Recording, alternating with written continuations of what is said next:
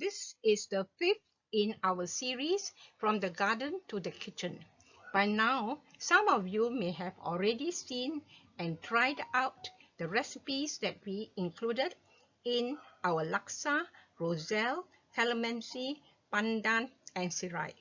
We have included the growing of ginger, turmeric, and galangal together because all three can be propagated hydroponically or in the usual way.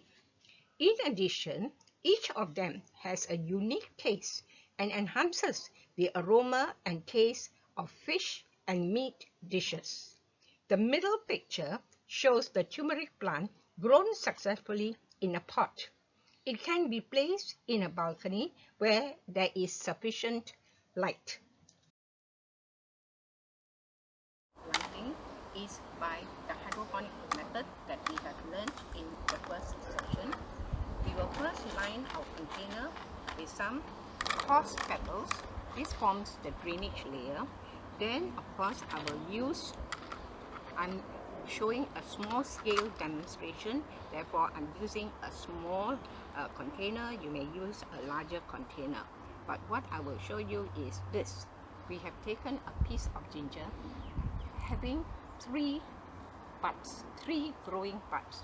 So all we need to do is put it on top of the larger stone, okay, for support, and you add water to fill up the bottom layer and touching the base of this piece of ginger.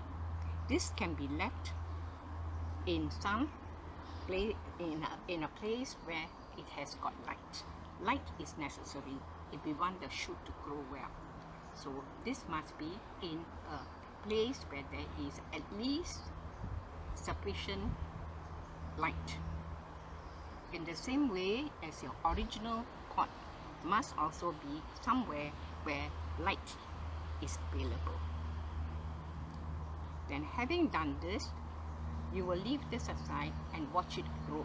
The point is this: make sure that you drain the water, you change the water every 1 to 2 days to prevent mosquito breeding when you use the hydroponic method.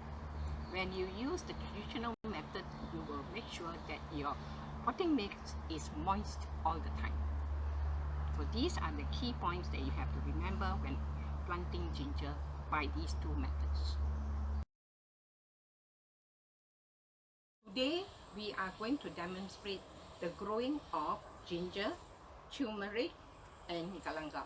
All three are actually planted in the same way, and my choice is turmeric. Now, the ginger we have already demonstrated earlier. Anyway, is grown rather big. Galangal, of course, is too difficult to dig out from the ground. It's a great effort, so I'm not demonstrating with that. Now this is easy. I just harvested the turmeric that I planted a couple of months ago. Turmeric, ginger, and galangal are all rhizomes. So in order to grow, I need to take a piece of the rhizome. The rhizome, by the way, is the underground stem. Now the choice is you need to pick a piece, a segment containing growing buds. Now this one, okay, you can see I have 1, 2, 3, 4 growing buds. And you need to have at least 2 growing buds in order for it to grow well. Now, having taken this, you will plant this directly into fertile potting mix that is well drained. Now, you don't need to bury it very deep. You will bury it about an inch deep. Cover it with potting mix, more potting mix, but ensuring that the growing buds are pointing upwards. Watering is important. The potting mix has to be kept moist, so you need to water regularly. Now, when it is about 2 months old, you need to put fertilizer, organic fertilizer, so to boost the growth. Now, care must be taken to ensure that the potting mix is moist. First, after planting, we normally pour some water on it, leave it in a semi-shaded area away from the sun, And when the leaves are starting to grow like this, you can actually leave it in the open. It's quite hardy, but always remember you need a deep pot because the plant will grow tall, okay, even taller than this. Therefore, it will be more stable growing in a pot that is deep and big to give allowance for it to grow like this. Okay, now this is, you must also bear in mind that turmeric has this yellow coloring substance. So if you are handling turmeric, you must be very careful, don't stain your clothes.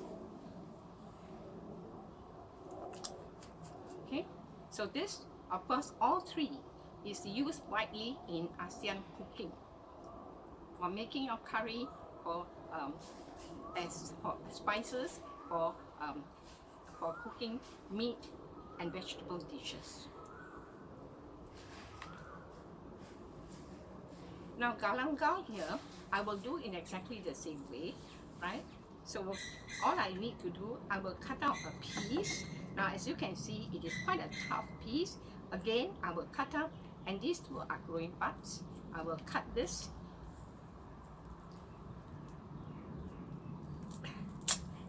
I will cut this and also bury it here. But this one actually, as you can see, it is bigger, so you need to put more potting mix and cover it a little bit more.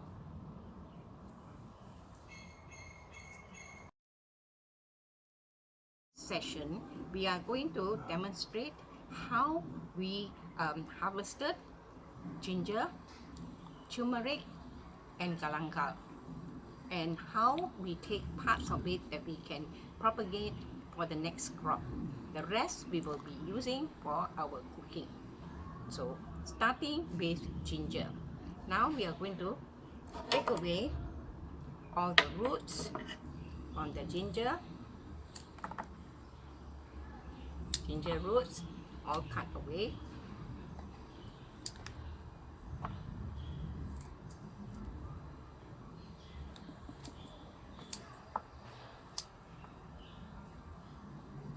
Okay, we are cutting away all the roots.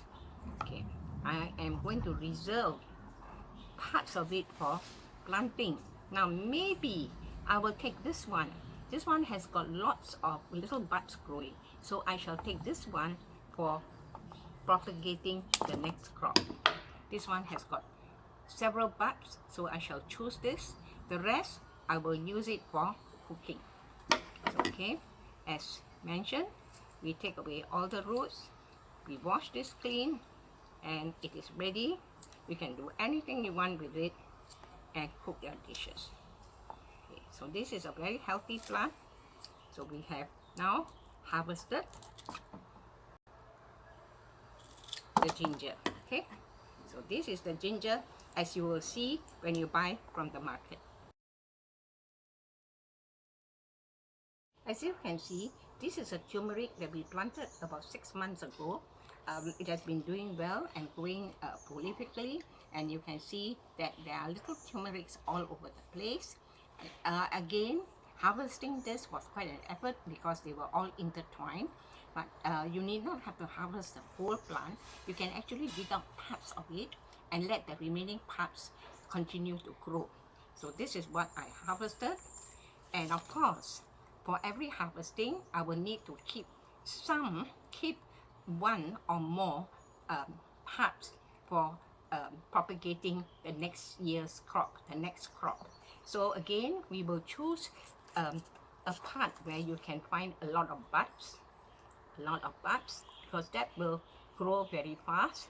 And here, maybe I will take this whole chunk and grow it, or I may even take part of it. Okay, I can even take part of it. So this part, I can take it and grow it. And of course, I don't need the leaves. You can leave the leaves alone if you want to. It doesn't disturb us. But you will see that the little buds and new shoots will grow from the little buds. So this is meant for growing the next crop. Then of course, we clear the roots and Whatever roots that you find, you cut it away, cut the leaves away, and what you are left with now will be the turmeric that you can use for cooking. So you cut away all the roots. Okay. Now you may want to break it into small pieces for better storage, and take away the old one. It is like this one is pretty old and you may not want it, so you can take this away. Okay, and you can have the remaining ones for cooking.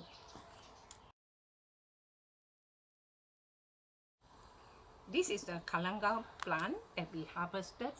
Now we planted this about 8 months ago.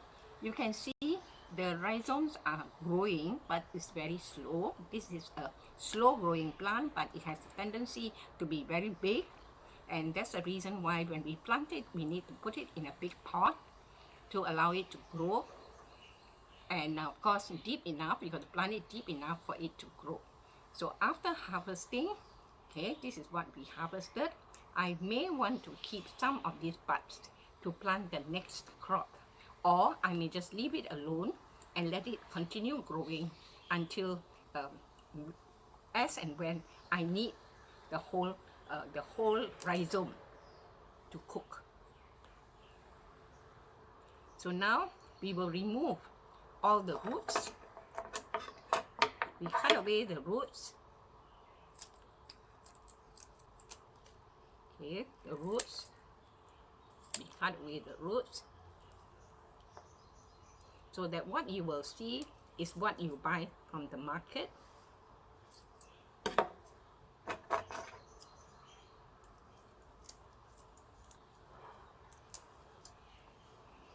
Cut away all the roots, and of course we will leave part of the stalk as what you will see in the market. When you buy from the market, they normally will have part of the stalk there. So this is the product that you will use for cooking. Additional notes on galangal is included, especially for those of you who want to know more about the herb, which is often used in Asian cuisines. A few slices can be added with onion, basil, and oyster sauce to stir-fry chicken wings or making stewed duck.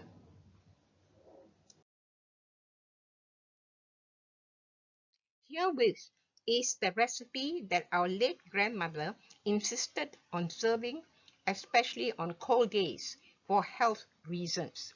Even though we thought lightly of her miswa soup and considered it an old wives' tale, it has now taken a new twist.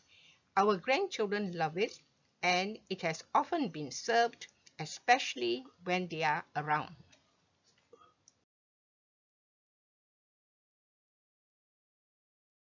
Ginger is a very ancient herb. In fact, it was believed that Confucius ate ginger with every meal. It was used as early as the 15th century BC in India. It was traded as a common herb in the 13th and 14th century. During this time, in England, 1 pound of ginger could cost the same price as a sheep. In fact, ginger is a well-regarded herb.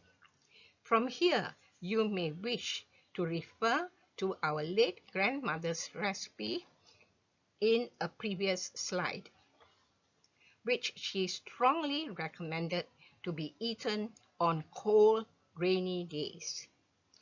We have come to the end of this presentation, and we look forward to your continuous support of our Planting Good series.